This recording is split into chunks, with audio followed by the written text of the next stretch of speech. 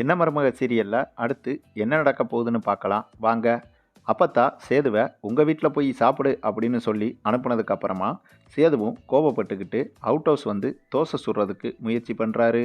அப்போ தமிழ்ச்செல்வியோ, உங்கள் தனிப்பட்ட வேலையில் மட்டும் நீங்கள் பார்த்துக்கிட்டா போதும், சாப்பாடு செய்கிறத நானே செஞ்சிடுறேன், உங்களுக்கும் சேர்த்து நானே செஞ்சிடுறேன், கொஞ்ச நேரம் பொறுங்க அப்படின்னு தமிழ்ச்செல்வி சொல்லவும், அதுக்கு சேதுவோ, ஏய் இங்கே பாரு, உன்னோட கருணையெல்லாம் எனக்கு தேவையே இல்லை.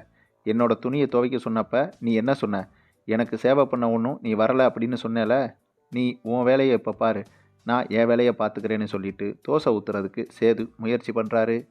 அதே நேரத்தில் சேதுவை வம்பளுக்கிறதுக்காகவே தமிழ்ச்செல்வியோ, இங்கே பாருங்க, உங்களுக்கு தோசை சுடலாம் வராது, நான் கருவாட்டு குழம்பு செய்ய போகிறேன், சேர்த்து செஞ்சிடறேன், ஒழுங்காக இந்த விஷயத்தில் முரண்டு பிடிக்காமல் சாப்பிடுங்க, அவ்வளவுதான் சொல்லுவேன் அப்படின்னு தமிழ்ச்செல்வி சொல்லவும், உடனே சேதுவோ, ஏய் எனக்கு தான் நானே சாப்பாடு செஞ்சுக்கிறேன் அப்படின்னு சொல்லிட்டேல, உன் வேலையை மட்டும் பாரு அப்படின்னு சேது கடுப்பாக.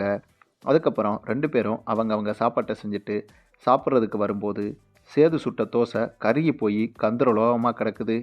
இதை பார்த்த தமிழ்ச்செல்வியோ, நான் தான் அப்போவே சொன்னேல உங்களுக்கு சமைக்க தெரியாதுன்னு, ஒழுங்காக முரண்டு பிடிக்காமல் சாப்பிடுங்க, உங்களுக்கும் சேர்த்து தான் நான் சாப்பாடு வச்சேன் அப்படின்னு சொல்லிட்டு தமிழ்ச்செல்வி சாப்பாடை போட்டு சேதுவை சாப்பிட சொல்கிறாங்க. சேதுவும் வேறு வழியே இல்லாமல் பசி ரொம்ப இருக்கிறதால சாப்பிட்டுட்டு படுத்துடுறாரு.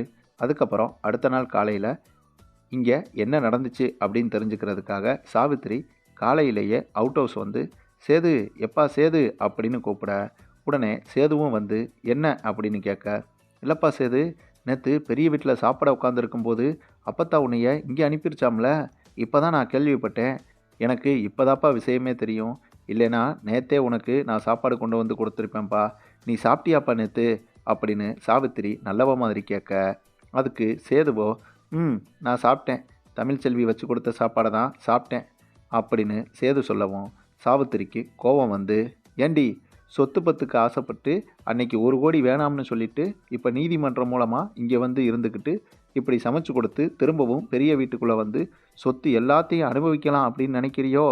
உன்னோட திட்டம் எல்லாமே எங்களுக்கு தெரியும்டி. உன்னோட அப்பன் செஞ்ச வேலைக்கு அன்னைக்கே உங்கள் குடும்பத்தையே கொன்று போட்டு இருந்தா அப்போ தெரிஞ்சிருக்கும். சேது அன்னைக்கே சொன்னான், ஆனால் நாங்கள் தான் தடுத்துட்டோம். இப்போ பாரு, திரும்பவும் வந்து எங்கள் சொத்தையெல்லாம் அனுபவிக்கிறதுக்கு இப்படி வந்து நிற்கிற அப்படின்னு சாவித்திரி சொல்லவும், தமிழ்ச்செல்விக்கு கோபம் வந்து, இங்கே பாருங்க, என்ன விட்டால் ரொம்ப ஓவராக பேசிக்கிட்டே போகிறீங்க, நானா விவாகரத்து நோட்டீஸ் அனுப்புனேன், இப்போ இங்கே வந்து நான் இருக்கேன்னா அதுக்கு யார் காரணம்? இந்தா இருக்கார்ல, இவர் தான் காரணம், இவர் தான் விவாகரத்து நோட்டீஸ் அனுப்புனார், அதனால் நீதிமன்றம் போக வேண்டியதாக போச்சு, அங்கே நீதிபதி 6 மாதம் சேர்ந்து வாழணும் அப்படின்னு சொல்லிட்டாங்கன்னு தமிழ்ச்செல்வி சொல்லவும், உடனே சாவித்திரி, என்னடி ரொம்ப நல்லவ மாதிரி பேசுகிற, சேது விவாகரத்து கேட்ட உடனே நீயும் விவாகரத்து கொடுத்துருக்கணும்ல, நீ மட்டும் ஏன் கொடுக்க மாட்டேன்னு சொன்ன, அப்படி சொன்னதுனால தான் 6 மாதம் நீதிபதி சேர்ந்து வாழணும்னு சொல்லியிருக்காரு அப்படின்னு சாவித்திரி சொல்லவும், உடனே தமிழ்ச்செல்வி, இப்போவும் சொல்கிறேன், எனக்கு இவர் தேவையே இல்லை, ஆனால் என்னோடய வயிற்றில் வளர்கிற குழந்தைக்கு அப்பா யாருன்னு கேட்டால் நான் என்ன சொல்லுவேன் அப்படின்னு சாவித்திரிட்ட தமிழ்ச்செல்வி கேட்க, உடனே சாவித்திரியோ, நீ படிக்கிற காலேஜில் கேன்டீன் வச்சுருக்கானே, அது தாண்டி உன்னோட கள்ளக்காதலை அவனை சொல்ல வேண்டியதானே உன் பிள்ளைக்கு அப்பேன்னு அப்படின்னு சாவித்திரி சொல்லவும், அதே இடத்துல தமிழ்ச்செல்விக்கு கோபம் வந்து சாவித்திரியை பல்லார்னு அடிச்சிடுறாங்க.